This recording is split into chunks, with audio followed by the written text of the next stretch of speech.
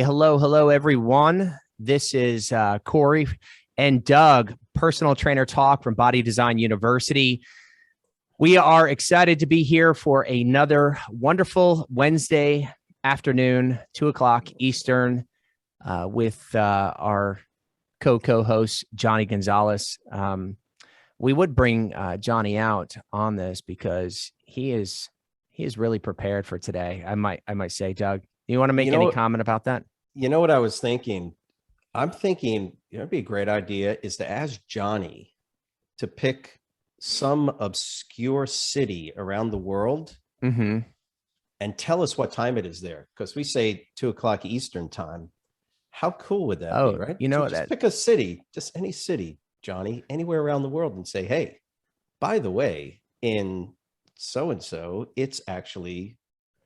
I'm not going to unmute him so we can talk about him a little bit without an interruption, but Johnny, we're going to bring you on. I think we need to bring him on video because, guys, for those of you that are tuning in, Johnny's out there helping us with this, and he's freshly shaved today. I mean, he's got some very impressive. He's got some aftershave going too. I don't know what's going on. Something's going on, and maybe he'll get down to it and kind of tell us what's up.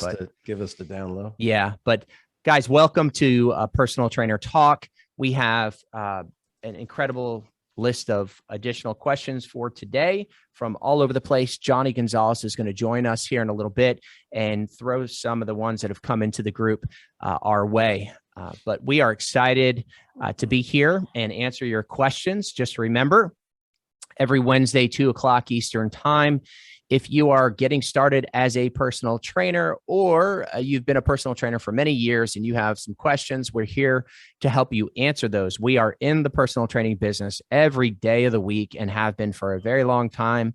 And we'd like to help you, answer any questions, science, business, no matter what it is, anything that we can do to push you forward in your venture to be a successful personal trainer or successful personal training studio owner. Or like I said, whether it be personal training online or live. I do want to make one comment. There's been a lot of people recently enrolled into our live personal training course in November. We're really excited about that because we have a new lesson that we are officially launching in the live course in November. But there's been some questions about lodging. And for those of you that don't know, in our Facebook group, you can go in there. There's a Body Design University Facebook group, and there's a little tab that says guides. And then there's a tab under the guides that says live course room sharing. The reason why I share this is because a lot of our students will partner together and get an Airbnb. Sometimes, they might get 2-bedroom, 3-bedroom, 4-bedroom and share. And in our last live course, which was incredible last month, we had some folks that wish they had connected beforehand to be able to share an Airbnb. So if you want to post in the Body Design University group, go into the guides tab, you'll see it, make comments, tell everyone that you're looking for a room or want to share, and you can partner up there. It makes it a lot of fun. So, Doug, what's going on? How you doing? Look, just awesome. One time, grab those sunglasses, please. Just grab the sunglasses and show them how we do it in sunny South Florida. I think you should consider doing the entire. Just do the whole podcast. Maybe next week I'll grab mine and. Yeah, but you'll show me up because you are significantly cooler than I don't know about that. You're doing a pretty good job. I don't know if you should have both glasses on at the same time. I think you need to bring down the other ones. Thanks, now. Man, I appreciate. You look like Arnold. If I didn't know any different, I would have thought Arnold Terminator for sure. That's the first thing that came to mind. Just for the record. Well, the glasses were specifically designed to give that impression because have you ever noticed that you never see me and Arnold in the same room at the same time? It makes you wonder, doesn't it? Never really thought about that. But now that you bring it up, that's true. That is very true. Okay, well, we've got a big talk and we've got a lot of questions. Sorry, we couldn't get to them all last talk. So we're going to try to answer some of the ones that we didn't last week. This week, If you're out there and you have a question, you could always join us live. I think there's going to be a link under this video where you might be watching, where you can click on. And if you want to come in and have a conversation with Doug and I, we welcome that. Otherwise, we're going to field through these questions one at a time. Doug, are you ready? Are you ready to make this happen? Let's do it. Let's do it. Okay. All right. So let's bring in Mr. Johnny Gonzalez. Let's give him a Johnny. Can you just confirm that you can hear us? You're with us. Hey guys, can you hear me? Oh yeah. Okay. There's Johnny. Johnny, man, if you were on video, we'd be showing you off right now as the stud that you are. Yeah. With that new fresh cut you got going on. But okay, so Johnny, if you don't mind, why don't you get us started today with the first question? Who is it from? Where are they from? Tell us what you got. Gotcha. Okay, first question we got here is from Mark Zane over in Bar Harbor, Maine. His question is, how do I successfully start a personal training business or gym? Do I need startup money? What's the best location and number of staff, etc.? So I know we've kind of answered this in the past, but this one's a little bit more specific. What do you guys say? Well, there's like, I think at least two parts, maybe three parts to that question. How do I start a business? And then do I need startup money and how many people to hire? Right. Yeah. So, I am going to say Mark, it was Mark Zane, correct? Correct. Mm-hmm. Mark, if you're out there, when it comes to starting a personal training business, generally speaking, you're going to be, I would highly recommend that you start as an independent trainer. So you would already have a business going before you would need startup money or to hire anyone. That's generally when you say, how do I successfully start a personal training business? I would highly recommend starting not only a personal training business, but any business by just kind of doing it. And then, so what do I mean by that? Well, work as an independent contractor somewhere at minimum, or even better, start paying rent somewhere as a rent trainer. That is really this closest that you can get to running your own business. And in fact, you are running your own business before you actually raise any money or open up your own facility or even consider hiring people. And so when you ask the question, like how many people to hire and how much money do you need? I would not go there yet. Now, if you're already paying rent somewhere and you're already running your own business, but you're asking how do I start a studio? Now that's a different question. And the answer varies based on the square footage, based on the business model. There's a lot of things to that. I would love to have a talk with you about that to better answer that question. But if you haven't started a personal training business, in fact, start one as a rent trainer or independent trainer, prove that you can generate enough clients and enough business to sustain yourself. And as long as you do that for generally, I would say at least 6 to 12 months, then I would consider, possibly, hiring people and opening up a facility, but I wouldn't even consider it until that time. So I know that kind of partially answers the question. There's a lot to that one, but I hope that helps. That's what I would recommend. Johnny, do you have any follow-up on that? I don't really, there's a lot that we can really, say when it comes to stuff like this that you guys have pretty much answered in the past. And it seems like, as questions continue to roll in, there's little slight variations here and there. But I think throughout the time that we've, been on the air, we've given out enough examples and guidelines on how to properly do this, especially within the course, I believe. Yeah. Okay. All right. Fantastic. And Mark, yes, again, if it is, in fact, opening up a location, come on here or submit a question with specifics. I need specifics to give you a specific answer. And so I want to open up a personal training studio that's approximately 5,000 square feet or 1,000 square feet or 10,000 square feet. I want to open up one in a city. I want to open up one in a suburb. Totally different amount of money that you need, totally different amount of staff that you need. And then I could help you better answer that question. One thing that you did, I remember you saying is what is the best location? And you might have, if you haven't heard me say this before, if I can go back and do it over, I think there's no question. And I share this in the course, and the reason why I would open up in a small town versus a big city any day of the week, just because the competition is much less, and the cost is much lower than paying rent and everything that goes along. Now, if you live in a city and you just have to open in a city, then by all means, open up a studio in a city. But when you ask the best location, generally speaking, if you have a choice, I would go outside in a podunk. I call it podunk town. That would be my recommendation. So, all right, I'm going to bounce over to this list that I have here. Bethany Watts from Hanover, New Hampshire. Bethany asks, how do I develop the most effective programming and get clients to believe in themselves before we even start?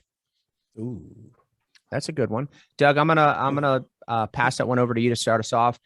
Again, how do I develop the most effective programming and get clients to believe in themselves before they even start? All right. So two things, right? Best programming, right? That's probably the easier of the two. I think you would agree. The program is pretty straightforward. We use a methodology where we have a time element, and we simply try to get all components of the training modalities in to an hour of training. So you would simply do warm-up stretching, some time element of resistance training. Again, the best programming. It's the one that fits your business model. It's the one that serves and fits your scheduling the best.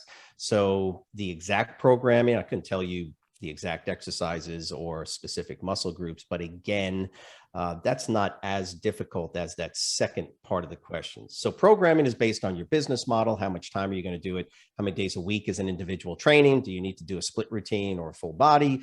That's where that programming would come in. Don't overtrain people, and ensure that you're not hurting them with the type of exercises, right? So good programming means don't do this exercise, and this exercise, because they are inherently dangerous no matter who's doing them. So good choice of exercises, appropriate rep sets, and tempo rest schemes, right? You can get all that pretty much taken care of. The other part of it's a little bit more challenging. How do you get folks to believe in themselves? Correct? Was that the second part of that question? You got it. Look, it's funny because I was thinking about this today. One of the things we've always done from a personal training perspective is because we ourselves exercise and we ourselves live this lifestyle, that just makes it a whole lot easier to encourage and motivate people, our clients, to basically do what we already do. If I don't do it, it's very hard for me to encourage and motivate people to do it. You help people to believe in themselves first by giving them the truth and giving them the reality of where they're at and where you can help them move to. So irrespective of where they're at, you know what I know I can do? I can help you lose body fat, gain lean body mass, and feel better physically. And you're probably going to help them feel better mentally, psychologically. If you're constantly encouraging and motivating and helping people, generally, not just their self-esteem, but their self-efficacy is what's going to increase. So get success early on with your clients, and that will increase their self-efficacy, which is significantly more important than self-esteem or self-worth. Self-efficacy starts that process of helping people feel confident that they can actually accomplish their goals. So what say you? Wow. Doug, the wisdom that you bring is just, I don't know, next level.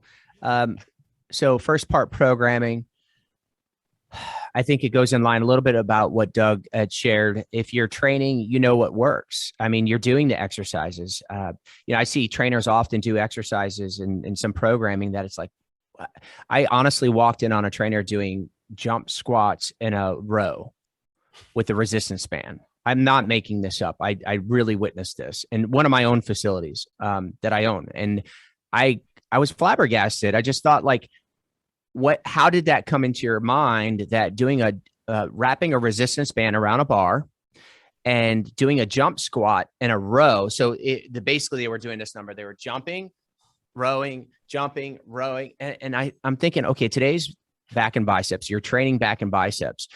the amount of resistance that you need to put on those lats to actually have any effectiveness in your programming is not going to come in the air of a jump squat. So the programming, if you're training, you'll really feel like some of the things that really work and some of the things that really don't, and obviously I got to write that down. I'm going to write that down. Are you going to add that to your workout this week? Yeah. Jump squats with a row, side to side. It was wild. So anyhow, sometimes we become too functional and we see all kinds of weird things going on. The truth of the matter is that in all the time that I've trained and all the clients that I've gotten results, the workouts, I've worked to make them less boring, but boring work works. It's the same as in business. Like, people don't want to do the boring work. The reality is that some exercise programming, the most effective exercise programming from clients, is somewhat boring, and you just got to make it more fun, but don't make it so fun that it's ineffective. And so by going through an accredited certification like NASM, ACE, and coming to a school like Body Design University, there's my indirect plug. Good plug. That was kind of direct. To get trained on how to split up the muscle groups or what exercises are and are not effective. It's really important. So how do I develop the most effective? Well, educate yourself and do the training. Just do it yourself. The second part of that was, how do I get people to believe? I would add, what Doug said is right on point. I would add to that by saying, I found that getting people to believe in themselves actually starts with the marketing of your service. It really, truly does. If your marketing of your service as a personal trainer is really good, they will come in at the first consultation when you said at the start, like, how do I get them to believe in themselves at the start? Well, it's funny that if your marketing communicates results and other clients that you've worked with, when you show that and they come in and they see that and you have this conviction inside, they will actually believe that they can do it as well. And the more that they see your past results and the more that you believe it, the more that they're going to believe in themselves. So as long as, like, I was talking to a client the other night and I said, a lot of trainers, they mean well. They want to put out great workouts, and they do. But they don't understand the entire package to get somebody to actually make the change of losing 30 pounds. If somebody comes in and says, I want to lose 30 pounds, and they need to lose 30 pounds, you really have to understand the science of how to actually make that happen. Like, no guesswork, not just like, hey, come in, give you a high five. And so when you do that and you've had some client results, your belief in yourself as a trainer goes up. Then when the client sits in front of you, that's going to be shared during that consultation, that first session, and they're going to start believing in themselves. So that's just kind of adding to what Doug said there. But that's a really great question, Bethany. And I think a lot of trainers miss that. And if you're listening and you're a personal trainer out there or about to be, I've said this often, that I won't even train somebody, or in the past, I didn't want to train anyone until I got them to believe that the goal that they shared with me was going to be achieved. I'm not going to, don't come in here and do workout sets and reps, not even believing that this is going to happen. Because if you do believe it and you get the client to believe it, then their action towards everything else you want them to do, like cardio on their off days or eating breakfast and having snacks in between, those things happen when they believe in themselves, when they think it's actually really possible that it's going to happen. So it's a great question. I think more trainers do have to focus on getting their clients to believe right out of the gate. So that's all I got for that. Yeah, let's move on. Johnny, what do you got? All right, this next one is I love it. I love it because these are, you're looking for the best way to improve here. This is from Mary Fletcher from over in Rock Hill, South Carolina. Her question is, how do I improve streamlining, communications to my clients? My groups are starting to get bigger, and sending out individual texts and emails is starting to eat into much of my day. And I think we know exactly how to help. I could be wrong, but I also could be right because I know I'm right. Oh my gosh, Johnny. Johnny, your confidence is going through the roof. I mean, Doug, we got to do something about this situation. Johnny's self-efficacy is just. But he's right. We do know. And Johnny uses the operating system, and there's a lot of them out there. Doug, is this okay if I just if I kind of lean back like this? It's not, but it's what you do. Okay. Yes, it's 2021. We don't send text messages from our phones anymore. We stopped doing that 5 years ago, I'm going to say. An operating system is a system where you have the client's name, their phone number, their fitness goals, everything in front of you while you're texting them at the same time on the computer. To the client, it doesn't show up on their phone any different. They don't know that you're not sending it from your phone, but you type it out. And, and then also if I have, as the person asked, I'm sorry, the name was Mary. Mary, correct. Mary asked, if you have 25 clients, which would be the goal, give or take, you don't want to if you're inviting them to something that you're doing, you don't want to send 25 different messages and fielding all these responses. So an operating system will allow you to send a group text that comes across as a personal message. So I might send out a message tomorrow to 5,000 people, but it says, hey, Julie, it says their first name. And it just says, don't forget tomorrow night, we're going to do the kickboxing workout to supplement your personal training. And that goes out to all these people on their phones, and they reply in, and I'm responding in the operating system. I don't know how many of them out there, Mary, that have this, but there's a bunch. Body Design operating systems. We have a software program that you could subscribe to. Unfortunately, we have a little bit of a waiting list right now because of the demand, but you can go to bodydesignos.com to get more information. You can also go on to Google. I would highly recommend personal trainer. Just Google personal trainer software, check out all the options out there. But we have a really good system that allows you to streamline, as you say, your communication to your clients via text that way. And that's how we really communicate today. It's really over SMS. Email has died for the most part, unless it's the folks that are expecting your message. But most emails ending up either in a spam box or just not opened at all. So that's how you do that. That's what I would recommend. Johnny, any follow up on that one? Yeah, I've been using the OS system for quite some time, so that's why I was totally confident in saying that we had the right answer. I love to see that. Like I said, because previously when I was a trainer once upon a time, I was doing stuff like that. I was sending out the text individually and, trying to reach out to folks, and it eats into a lot of what you're trying to accomplish. You're trying to, train as, people to, the best of your abilities. And, if you're worrying about, oh man, these administrative tasks in the background, it could kind of slow you down. So yeah, I think the operating system is definitely the way to go. And I'm not saying that just because I use it. I'm saying that because it's the truth. I've been there, I've done that. Yeah. It works. Well, that's a cool thing for all the viewers out there that are tuning into this every week and checking it out. We're all personal trainers. This is what we do. We eat, breathe, and sleep this stuff. And Johnny sharing his own experience as a personal trainer. There's a lot of different reasons besides the inefficiency of sending text messages from your phone. But think about getting a text message from a client at 9:30, 10 o'clock at night on your personal phone. I mean, we just don't operate like that anymore. We just can't. And we wouldn't want to train trainers out there to operate like that, because then you have no life. And for some of the trainers out there that are doing it, they know exactly what we're talking about.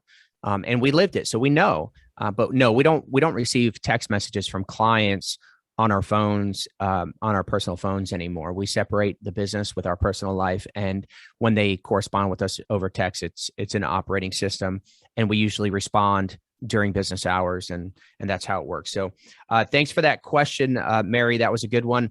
We're going to bounce over to Brandon Diaz. Brandon Diaz from New Mexico, Red River, New Mexico. How important is proper exercise form? I've seen other people get jacked moving both slow and fast when lifting. I like that. Jacked.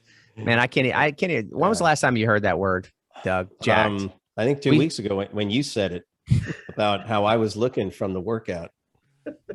Oh man. No, actually, I won't say the response that I got from you about the My Zone. Okay. You send me another response like that, and I'm going to share share it with everyone watching. Okay. I'm not going to do that. But yeah, great question, Brandon. Proper exercise form.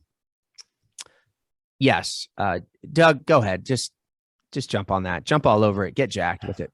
Yeah. I mean, there's two parts to that. Proper exercise form, you got to know what it is, right? And that's based on biomechanics, right? So joint movement and how the muscles function over joints. Okay. So that's form and technique.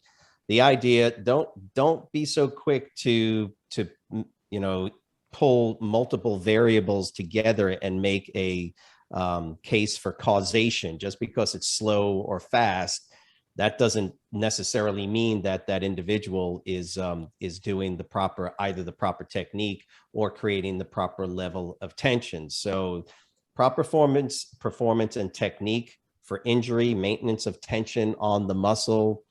Performing movements fast or slow is for the most part irrelevant, because if I do 5 repetitions on a bench press and I do them really fast with really light weight and put the bar down, what have I done?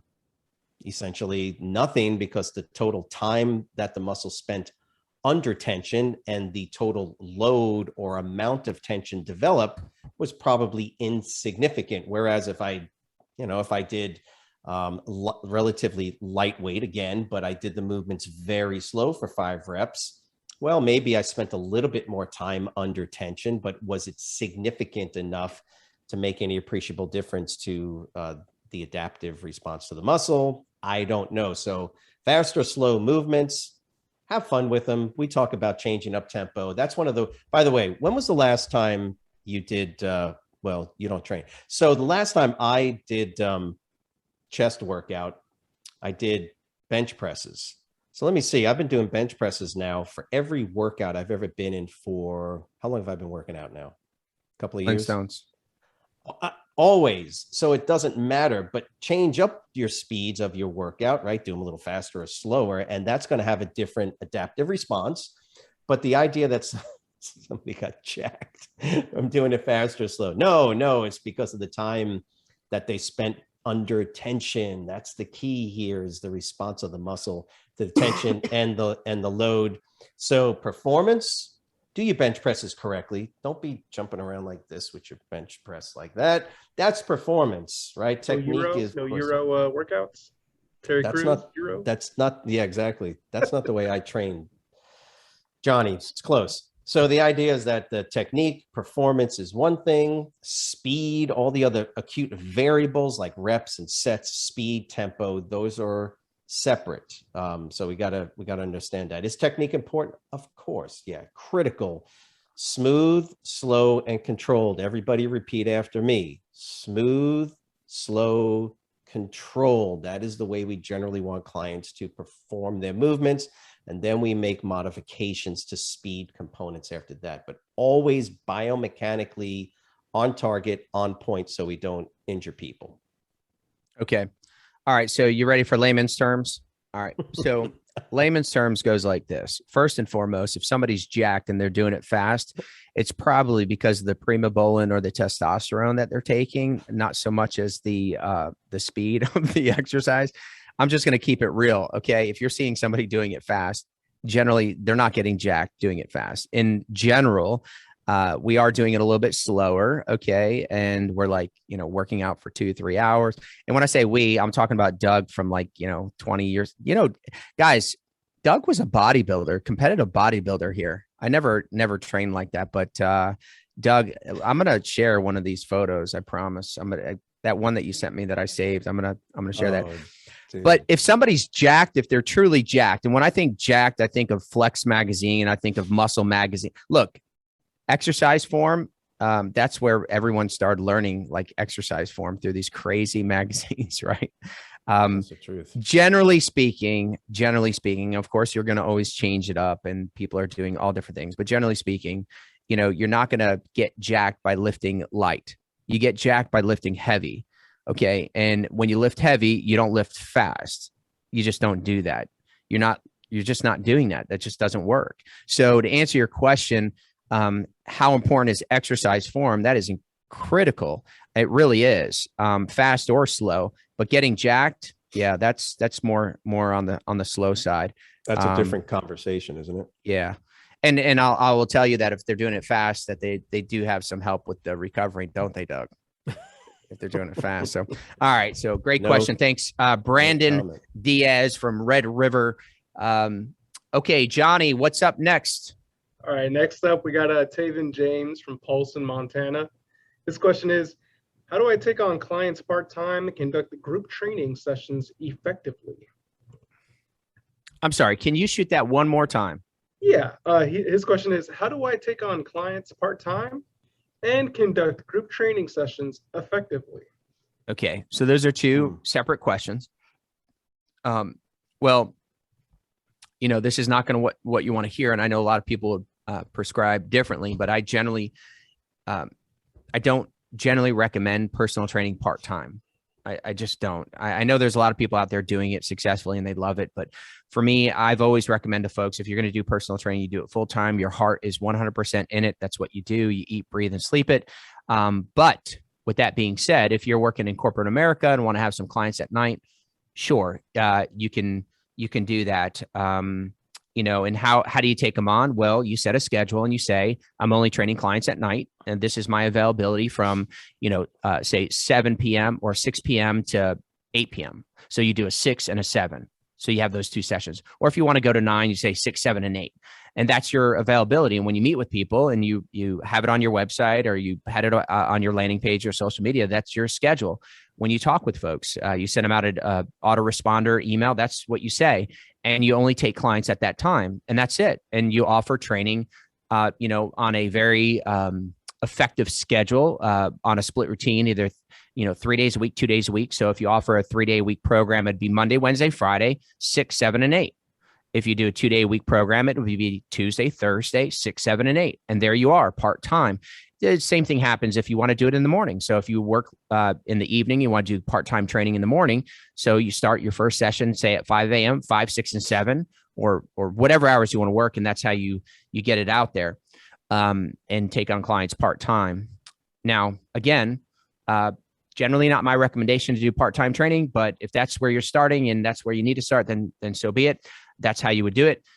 In regards to conducting group training sessions effectively, that's a whole separate podcast. This is really primarily about personal training. If you're talking about small group training sessions, you would perform those effectively by, you know, doing the same that you would do in personal training, but with a small group.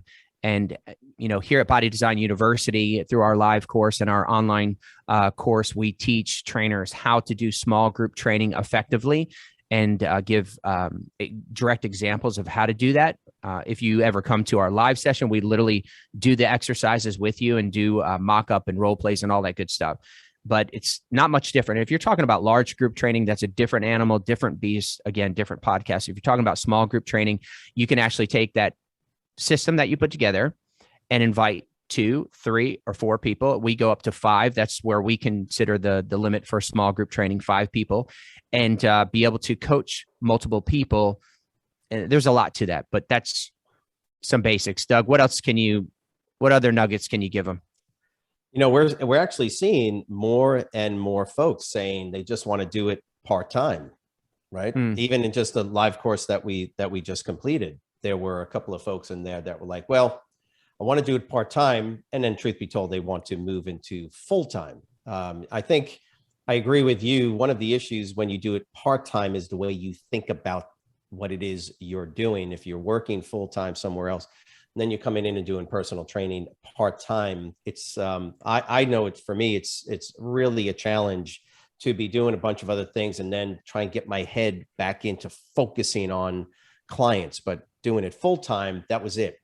My entire life revolved around the fitness lifestyle, and therefore it's that much easier to walk in and just give my all to the clients that I was training. If you can do that part-time, you know, more power to you. I'm not sure how many folks I know do it successfully, you know, and only doing it 2 or 3 hours, but there are some.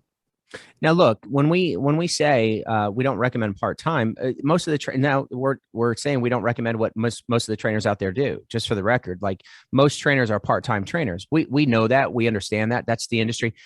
But this is this podcast or this talk is about, it's for full-time personal trainers that want to be successful full-time as personal trainers. With that being said, you might ask, why are we not recommending? Well, there's a lot of reasons why. Because if you're not doing it as a full-time living, then it's not that big of a deal. But if you're doing it for a true supplement of income, just think of it this way. Okay. If you're working from 9 to 5, let's just say, make it easy, from 9 to 5, and then you want to do part-time training. Well, generally speaking, people that understand the business of personal training know that they have to have a certain percentage of their schedule available for marketing, business, and a certain and selling and consultations, and then the other part training. Well, how are you going to do that? Like that, it makes it very difficult. So you're then saying, okay, if I'm going to work from 9 to 5 and I want to train 6, 7, and 8, well, you still have to do consultations. You still have to do some business stuff, still have to do some marketing stuff. Then it becomes a little hard. It really does. But with that being said, if you're doing it just out of passion and not really to make ends meet, then personal training is absolutely a great opportunity to do part-time. But that's for this talk and the purposes of this talk of being a full-time successful personal trainer. That's what we talk about. And that's generally what we recommend, because then you could spend your day, if you're training in the evening or you're training in the morning, which is how we recommend trainers set up their schedule, then you have additional time to do the business stuff, the meal planning, the nutrition coaching, the selling, the marketing, everything else that goes along with being a successful personal trainer. So generally speaking, that's why we recommend full-time personal training. So I hope that helps somewhat. And Johnny, any other thoughts on that one? Yeah, like you said early on in the beginning, if you're not 100% committed to it, I think it's going to be really difficult, not impossible, but difficult for you to really, find success. This isn't a field that you just kind of, half heart, give yourself to. Your clients are coming to you, spending their hard-earned money because they're expecting results. They want help. I'm not saying that you can't do that part-time. However, the more time that you can dedicate towards helping these people that are coming to you, the better. Yeah, there's something about that saying that says, cut the lines on the boat, cut the lines and make it so you can't come back, push the dock away, or however. I don't know how that saying goes, Doug. How does that saying? But you get the point. When the boat goes out there and there's no way of coming back, man, you're like all in. And when you meet with clients and you sit with clients, they feel that in the consultation. They feel that you're all in, and that really does change things. Right. If they don't show up and it doesn't really matter to you because you're able to pay your bills another way, you're not going to call that client and get them really motivated to show up to the same way that you would as if that was your livelihood. Right. And so it then provides the client indirectly a better experience when you're full-time as well. So there's a lot of different things. We could talk about that all day, but that's what we recommend. Okay. All right. Moving on. Whoa, Georgia. We got a question from Georgia now. Dunwoody, of all places. This is not that far down the road. Oscar France asks, when training overweight clients, should I treat them like I do normal folks and give them an intense workout immediately, or do I tone it down so they're able to work up to a grander workout slowly? Wow. And that's a great question. And grander, I like that. Yeah, I don't know. That is pretty good. Man, I need to follow some of my own advice lately. I really do. And the way that I've had to pull out the bucket a few times in the last couple of weeks, and I won't get into details about the new bucket that I have at the studio, but I have a new bucket at the studio. We won't go down that road. But here to answer your question, I've trained, I don't even know, I really don't, hundreds of people 100 pounds overweight, hundreds, and I'm currently training people. Many people that are 100 pounds overweight right now. And I will tell you that that's not as much as a determining factor of how you start them, just because they're overweight. it's really about their fitness level, because you can have a client that's overweight that's more fit than somebody that's not overweight, believe it or not, because if you're training a client that's, let's just say 50 years old, has been sitting at a desk for 30 years and does no exercise, but you got somebody that's 50 pounds or 100 pounds overweight and they're walking every day and they're doing other exercise, but they're overweight. Well, believe it or not, you could train them at a higher intensity level than the person that is not overweight and just completely unfit. So you train clients relative to where they are. We generally recommend, and this is why we teach trainers how to do a proper fitness profile. When I start clients, I do a fitness profile. It takes about 15 minutes, but that fitness profile is critical. I test their strength, their flexibility, their heart rate, their blood pressure, their body fat percentage. I take circumference measurements. And through that 15-minute test, it gives me all the information that I need to train that person properly, whether they're overweight or not. And so that's how we would recommend you start a client. And to answer your question, I think it was here, intense workout immediately. Don't start anyone in an intense workout immediately. That's something that I would do. Okay, don't do that. That's not a good idea. No, in all seriousness, you know, when somebody starts with you, if you want them to come back and you want them to be really excited, just gradually bring it into it. Of course, if you're training an athlete or somebody that's been training 3-5 days a week and they're wanting to hire you to go to the next level, then absolutely train them intense relative to them. But I hope that helps. Doug, what can you add to that? Absolutely nothing. You sounded like a scientist in your explanation. That was really, really good. Was that pretty good? Yeah. Look, at the end of the day, the intensity level that somebody can train at is based on their physical capacity and their output, which may or may not be related to their body weight or body size. So, you know, you're more apt to deal with issues related to people getting sick if they're older versus younger. That's probably going to be more of a defining factor, although it's not the only factor. But like you said, the most defining factor, the one that rises to the top, is starting or initial physical capacity. So if an 18-year-old is in terrible condition, does not eat well, versus a 40-year-old, you know, that is in really good condition, that's going to be more, and that 40-year-old is, quote, overweight, that's going to be more of an indicator, right?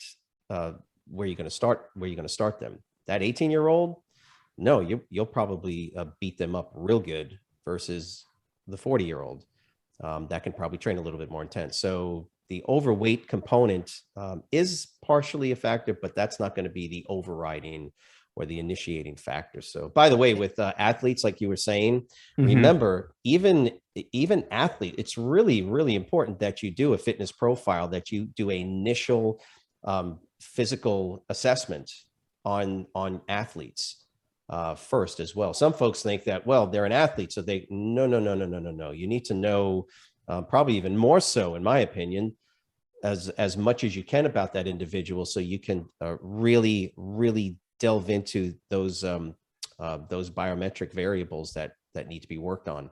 Right. Yeah, you know, I wish I had the document with me, and I would show it to everyone right now. There's two things that I generally won't train people without, and that's the risk factors threshold document. The guidelines were put together by the American Council on Sports Medicine a long time ago. We use that, and it's amazing, because when they check 2 or more on that sheet, generally speaking, I see it on their first workout. I see it in their conditioning. And in that document, that risk factors threshold, that tells me before I even do the fitness profile, okay, we've got some flags on the play. And then when I do the fitness profile, for example, and their heart rate is at, you know, it just goes through the roof on a 3-minute treadmill test, or, you know, they can't do a push-up, or, you know, we have that, all this information comes together. And this is what separates really the great trainers out there from the ones that are just flying by the seat of their pants. Make sure that you do the proper new member packet, new client packet that goes over the release of liability. It goes through a health history and a risk factors threshold. We can put a copy somewhere and you can download it, and we'll put it somewhere that you can access. And then the fitness profile, as Doug just said, doing those two things are huge no matter what their fitness level is. And a lot of times great trainers have great judgment. And it is counterintuitive to think that somebody that's overweight, can't train hard, because you think, oh, they're 75 pounds overweight, they can't really push it. Well, that's not always the case. Generally it is, you're right. But a lot of times it's not. So anyhow, I hope that helps. Johnny, you're up next. What you got? All right, next one is from Meredith Barnes over in Gainesville, Florida. Go Gators. Her question is, what are muscle compensations, and should I be worried when I start to notice my clients' bodies are developing more on one side versus another? You want to give that one a shot? I would love to. Have you ever heard the story of the trainer that only demonstrated on one side of his body? Has anyone ever heard that story? No, I haven't. There's a trainer, true, that for I think it was 25 years was a personal trainer, and he demonstrated every single exercise for the most part for the clients so they can see, but he only did it on his right side for 25 years. Now, Doug can help explain the science behind this, but let's just say that he created some imbalances, and when they had some photos of him that they showed, and he told his story, it was wild. I mean, it was really wild. I just thought to myself, now every time I demonstrate an exercise with my right hand, I'm like, okay, to the next client, I'm like, yeah. So Doug, what's the deal? So I first off, the term muscle compensations, I'm not really sure. I mean, if it is a unilateral compensation, meaning that it's one side or the other, well, yeah, obviously. I mean, that is the reality for humans, is that we have, this bilateral asymmetry. So if I'm a lefty, I'm going to be stronger in my left hand than my right hand. Sure, muscle imbalances can occur, but normally that's not going to happen if you're using proper technique and you're not doing too many unilateral movements. And obviously, if you do unilateral training, single arm dumbbell curls or whatever the case is, you would always use the same resistance, and you would always maintain the same number of repetitions and volume. The body's going to do what it's going to do. If your left deltoid gets a little bit, it would not be noticeable. The second part of that question, Johnny, what was that second part of that again? Yeah, so the second half of the question is, should she be worried if she starts to notice that her clients' bodies are developing more on one side versus another? Yeah, of course. That goes without saying. The question would be, why is that happening? And more than likely, the answer is through improper training. And of course, again, unilateral training is kind of the flavor of the month for a lot of folks. And as long as you're maintaining bilateral volume on the exercises that you're doing, there should not be. Now, if you are doing bilateral movements and resistance training, volume is the same on both sides, and you are seeing hypertrophic imbalances or strength imbalances, well, then you would have to probably now look at your training technique, and that would probably solve your issues, I would think. But again, hypertrophic, if I start to see the bicep on one arm getting bigger, I'm not sure how concerned I would be, because if you're taking circumference measurements and you notice 1/8 of an inch or even 1/4 of an inch difference, that is an acceptable bilateral asymmetry in the human body. So, I mean, that's Doug, I'm going to measure next time you're up. I'm going to measure your biceps and see if the right is the same size as the left. I'm really, matter of fact, I might do it with Johnny just to make sure he's in balance. I can already tell you. I'm off balance. Well, so look, we all have little imbalances, whether one quadricep is a little bit different, just a little bit than the one pectoralis, a little bit different.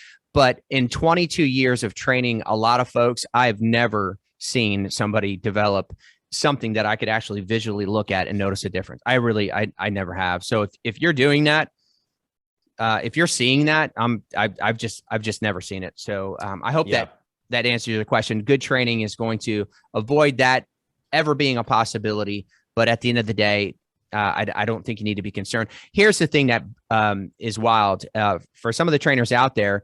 If you are doing little unilateral training, for example, bicep curls with one arm, and let's just say you give them 15 pounds, right? And they can get 15 reps. And then on the other arm, you give them 15 pounds and they can only get 10 reps, right? And they say they can only get 10 reps.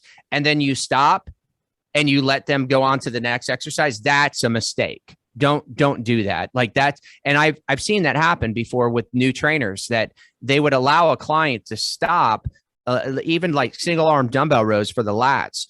They're lifting really heavy and they could do 10 on one side, but they could only do 6 on the other side. Oh, no. Finish and do another 4. I'm not going to have you do, 10 on one side and 6 on the other. All you're doing is helping that imbalance become greater by training the other with more repetitions. But again, I can't imagine ever visually seeing a difference, especially like, what, you training people with their shirts off? I mean, how do you even, I don't know. Maybe they're wearing like what Doug used to wear. When he used to work out, he used to wear these like spaghetti string tank tops when he would go into the gym. So you could pretty much see the pectoralis major coming through the top. And look, I'm not wrong, am I? Huh? Wow. I'm just saying. Okay, let's move on to the next one. Where are we at here? We've got Andrew Zorn. Andrew Zorn from Ann Arbor, Michigan. What are the best greens that I can grow in my backyard for a healthy, balanced meal? Should I offer my clients some of their own meals? Wow. The healthiest greens. Man, Wow. if I could, I would just do a screen share right now and I'd show them the backyard. I'm telling you. Games are the right guys for this one. So should I give what I grow? Yeah, you should. I think that would be a good start. Let the people in on the secrets. Yeah. So look, most greens are going to be healthy, of course, from a growing perspective. If you can, now look, I'm in South Central Florida, so I can pretty much grow anything and everything. Right now I've got, for greens, for sure, some of the easiest ones to grow is going to be collard greens and kale. There's about 6 varieties of kale that you can actually grow, but normally 2 or 3 is enough, and you can grow a significant amount of kale. Collards are just insect disease resistant. Those things, you just pop them in the ground and they just grow. I chop off leaves at the bottom and I let the things continue to grow. And I just keep chopping off leaves as I go along. Those need to be cooked. Okay. Believe it or not, you can grow sweet potatoes, and the greens off of sweet potatoes are edible. So you can cook those, not regular potatoes. They're poisonous. Okay. Hold on. I'm missing you there. Did you just say the greens off of sweet potatoes? What do you mean by that? Sweet potatoes. You can eat the greens the sweet potatoes. Now, the sweet potatoes are the tuber that you're going to pull out from the ground, right? So you can eat a sweet potato, but the greens from sweet potatoes, because sweet potatoes are not potatoes, they're from the morning glory family. So you can actually, the greens or the leaves and the vines are edible. And they're actually pretty good. So when you harvest your sweet potatoes, I got a boatload of them outside. So once I harvest those, I can cut the greens and then I can cook the greens, but don't do it with regular potatoes. They're poisonous. Okay. So you got to remember sweet potato greens. What else do I got? I've got different spinaches. Now, again, depending on where is he from? Spinach is hard. He's from Ann Arbor, Michigan. So during a short period of time, your growing season in Michigan is going to be between April, the last frost, all the way down probably until September. You can grow American spinach. I don't grow American spinach. It's too hard. It's too difficult, but you can do broccoli, of course, and cauliflower. I grow longevity spinach. And yes, anybody that wants more information, you just For longevity. For longevity, you just let me know, and I can respond to Facebook messages that you send. Longevity spinach, look it up. Sisson spinach, a great one also as well. Very good to eat. I do what's known as another spinach. It's called katuk. I also grow chaya, which is called tree spinach. I also grow Jamaican spinach, which is callaloo. What else do I grow? I've got Okinawan spinach. I grow that as well. All of these are incredibly nutritious plants that you can cut and either cook or eat straight. I have cranberry hibiscus trees that you can eat the leaves off of. Yeah. Doug, I don't know. It's, I mean, honestly, when we first started talking about the gardening, your list was like a fraction of that. And it sounds like it's starting to become an issue. I mean, I don't, can you share some photos or something? I'm going to have to, because I got some cukes growing now. I got cucumbers. You need to move. I've got cantaloupe growing, believe it or not. So yeah, the cantaloupe, tomatoes have come out. I grow ginger. For anybody that's interested, I grow ginger. I think you need to move further west and just do it. Just open up Doug's Farm like we talked about it. Okay. Doug's Farm, part-time personal training certification course instructor, part-time farmer. Ann Arbor, Michigan. I don't do lettuce. I don't do any of that silly stuff. Yeah. Go with the meat and potatoes. Kale, I'll tell you, collard. Yeah. And spinach, for the record, at least in Georgia, I haven't had much luck with it. I love spinach, but I just haven't had any luck really with growing spinach. But I've got some broccoli. Doug, we've got some broccoli, some kale going right now here in Georgia. Some good stuff. Yeah, a couple of other good things you got in there now. Now, the second part of that question. So those are some greens. And you could it sounds like you could just pick from that list, depending on, the time of the year for you. But I think you also said, when it comes to offering it to your clients, and that would be a no bueno. That would be a no-go in my book. I don't know. Maybe there's some states it's not a big deal, but I would not mess with that at all. Now, I don't know, like we do the gardening thing for those of you that don't know, during our live course, we actually teach organic gardening. There's a lesson when folks come in to Atlanta from all over the world for the 2-week live course. We actually have about an hour lesson on organic gardening, and we teach some of the stuff. It's really pretty cool, but not for to provide those the produce, the harvest to your clients, but just to teach them and give them tips on how to do it themselves, and just have kind of little value added. But Doug, any other thoughts about giving anything to their clients? You got to be really, really careful when it comes to doing anything like that for your clients. Now, don't get me wrong. You could educate them for sure. There's no issues with educating people on the value of eating more greens. But I'll be honest with you, for the most part, a lot of the stuff that I grow, for instance, perhaps folks would not like to eat anyway. I don't know. Some of the stuff I grow is really strong in flavor. It's got a lot of nutrition, but folks might not like it anyway. And there's a huge, huge risk you run when you give people anything from your garden or anything from your kitchen, whatever, and giving it to them, is that there may be some problems with whatever you're giving them. So we don't want to take that risk. Giving them recipes. Now, don't get me wrong, give them recipes. You can show them. I mean, I've always done that. I've always showed people what I eat. We show them what we eat, and I can give you a recipe. You got to be really, really careful, and then guide them to to purchase whatever it is that you already are eating. But no, I'm not sure I would, not to my clients. My analogies, they're just flowing today. Are you ready? Teach them how to fish. Don't give them the fish. I've never heard that before. Where did you get that from? Doesn't it go something like that? I don't know how it goes, but it's very similar. Okay. Don't give them the spinach. Teach them how to grow it. Okay. All right. Well, look, man, I am really excited. Johnny, do we have any questions? Did we do it? Did we get through all the questions today? We did. Wow. Man, That is incredible. So thank you guys, everyone out there that is tuning in every week. We are here. Look, if your personal training business as an independent or as an employee is not generating, $10,000 a month or more in revenue, if you're not delivering 8 to 12 pounds of body fat loss a month and muscle gain, if you're not getting the results, if you're doing those things, but you're working 90 hours a week, this talk is for you. Come in each time. We're going to share a little bit of wisdom, some nuggets on how to help you kind of dial it in.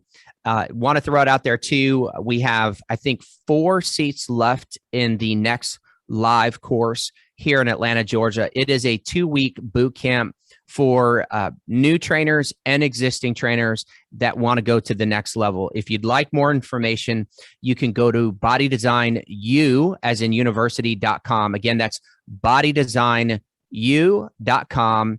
Get more information, get a brochure, check it out. We'd love to see you in the room. Doug and I take great pride in helping trainers go to the next level, and that's it. So, Doug, any words of wisdom that you'd like to leave them with?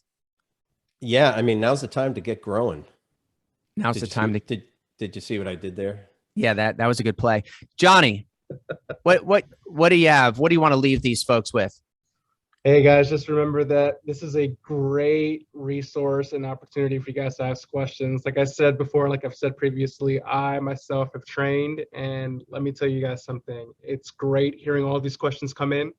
A lot of them, they're questions that I've had in the past, and it's a blast having these two answering them every Wednesday at 2. I mean, honestly, like they're over here, knocking down myths. They're busting, busting out the truths, everything you could want and eat. So tune in. Great use of adjectives, man. That was. I mean, Johnny is just on fire. I don't know what's going on. We got. Like I said earlier, we got to figure this out, guys. Thank you so much, Doug, Corey, and Mr. Johnny. Personal Trainer Talk every Wednesday, 2:00. We're checking off. Have a great week. Go make it happen. Get some results. Make a good living. All that good stuff. We'll see you next Wednesday. Bye-bye. See you guys.